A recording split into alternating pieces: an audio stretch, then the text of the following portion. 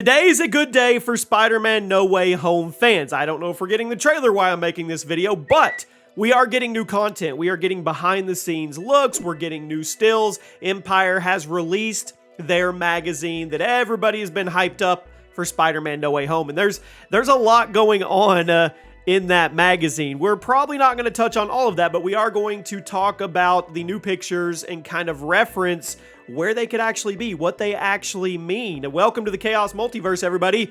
Jimmy or Chaos. Here's your spoiler alert. If you do not want to be spoiled for anything Spider-Man No Way Home, now is the time to click off the video. If you're okay with moving forward, let's do it. Thank you for all the support on the channel, guys. We are getting really close to 10,000 subscribers. Like, we may hit it by the end of the weekend. And when we do, I'm going to pick a winner for the PlayStation 5 giveaway. Be subscribed, notifications on, drop a like on any video, leave a comment with your favorite Marvel character and your Twitter handle. So if you win, I can get hold of you and then we'll pick a new giveaway for the next milestone. 10,000 subscribers is pretty insane for this channel, so thank you. So let's start off with the main behind the scenes picture. We're going to go through each one and we are going to talk about what is actually going on here. And there's a lot to unpack with this picture.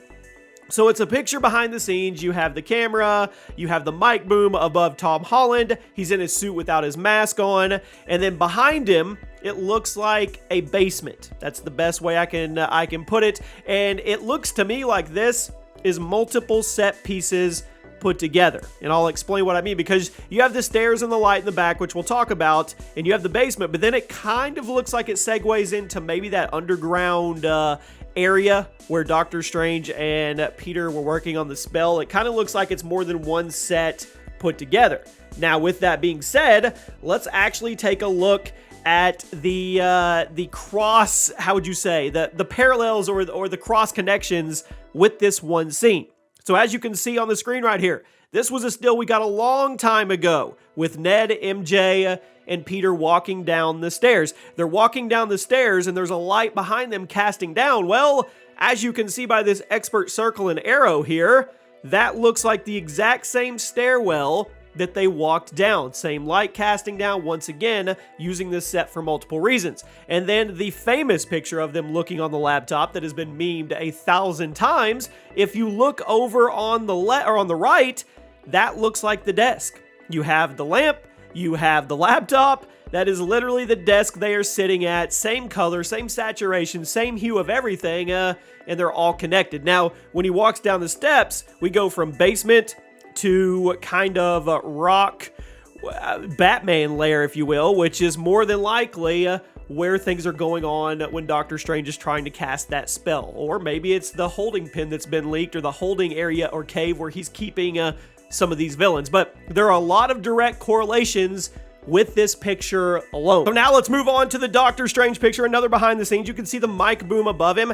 And is it just me, or does he look pretty short in this picture? I don't know why. I just realized he looks kind of short. Maybe it's because the door's really tall. I don't know. And not really sure what the green little bag is below him either. But the only thing I got from this is I focused in on his shoes. And I started wondering, when you have like a Sorcerer Supreme and you have all these Avengers, nobody ever really talks about their shoes. If you look at his shoes, they're kind of normal looking. I just wonder where they shoe shop for their uniforms. That's all I've got out of this picture. I'm sorry, I don't have anything else. Then we have a still of Spider-Man and MJ, and they're obviously trying to escape the public eye and probably the press and the news reporters, and there's not really much else I can say out of that. She looks a little upset. Now, the big one that I wanted to talk about is the new one of Doc Ock, Alfred Molina. This one, to me, says a lot. Because not only is this another sequence on the bridge, the interstate bridge going to the airport, which we've seen multiple stills now. We've seen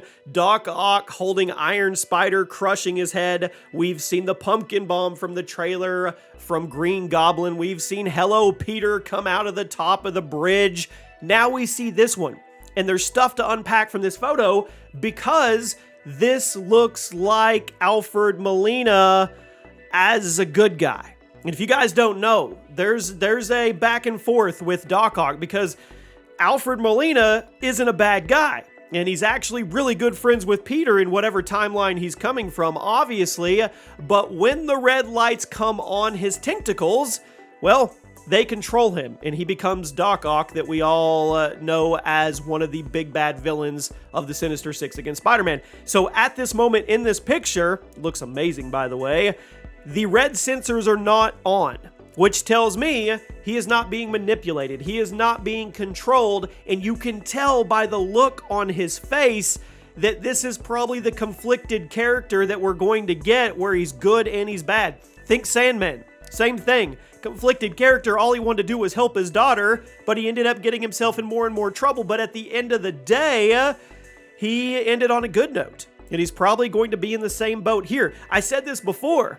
This probably isn't going to be the Sinister Six, because we have all the scoopers saying it's a Sinister Five. There isn't a sixth person, and I'm really starting to lean towards the fact that I don't think it's going to be labeled as Sinister anything, because I think Sony's going to hold that Sinister Six and do it down the line in their own Spider-Verse with an actual Sinister Six, because you have two of your villains in this movie that quite potentially could end up somehow helping the Spider-Man characters. You really do. Doc Ock is a conflicted villain who is manipulated when the tentacles have him at bay, and then Sandman, I wouldn't even call him a villain. To be honest with you, I really, really wouldn't. So this picture looks like good guy Doc Ock. Just look at his face. That's what I get out of it.